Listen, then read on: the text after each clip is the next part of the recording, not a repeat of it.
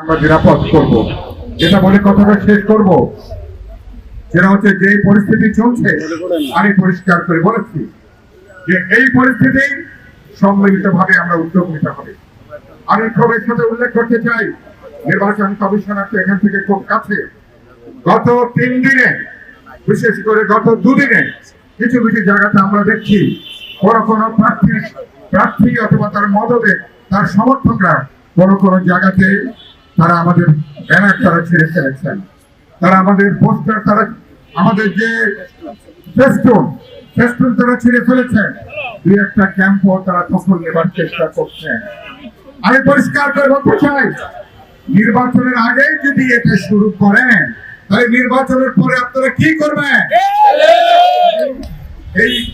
এই মাফিয়াদের কাছে দেশ কি নিরাপদ? মানুষ কি নিরাপদ? ভোটাররা কি নিরাপদ?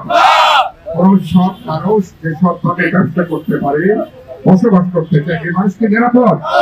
পরিষ্কার করে বলতে চাই, এইসব তৎপরতা অবিলম্বে বন্ধ করবেন। নির্বাচন কমিশনকে বলতে চাই, ভূমি আছেন নাকি? আপনার লোকজন আছে না প্রতিটা ওয়ার্ডে? আপনার ঢাকার প্রাণ কেন্দ্রে এই ধরনের তৎপরতা চলে। এগুলো করছে কেন? এগুলো করছে আসলে যারা ভয় পেয়ে করছে। কারণ যে মানুষ আস্থাশীল, মানুষের প্রতি যে ভরসা আছে, সে মানুষ কখনো এগুলো করতে পারে না। তার মানে কারো কারো পায়ের নিচে আর মাটি থাকছে না। পায়ের নিচে মাটি না থাকাতে পাগলে যেমন প্রলাপ বকে, কেউ কেউ ইতিমধ্যে এই ধরনের প্রলাপ বকা শুরু করেছে।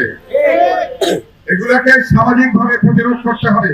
আমাদের নেতা কর্মীদেরকে বলতে চাই, আমরা সত্যের পক্ষে, ন্যায়ের পক্ষে। আমি পরিষ্কার করে বলতে চাই, কেউ মেহরবানি করে কোনো উস্কানি তৈরি করবেন না। প্রতিপক্ষ, আপনারা রাজনৈতিক প্রতিযোগী, ভোটের মাঠে আপনারা প্রতিযোগী, কিন্তু কেউ আপনারা আমাদের শত্রু নন। এমন কোন কাজ করবেন না যাতে আপনাদের বিরুদ্ধে নির্বাচনের আগে একটা গণপ্রতিরোধ আমাদেরকে তৈরি করতে হবে। মেহরবানি করে সংযত হয়ে যান, ঠিকঠাক হয়ে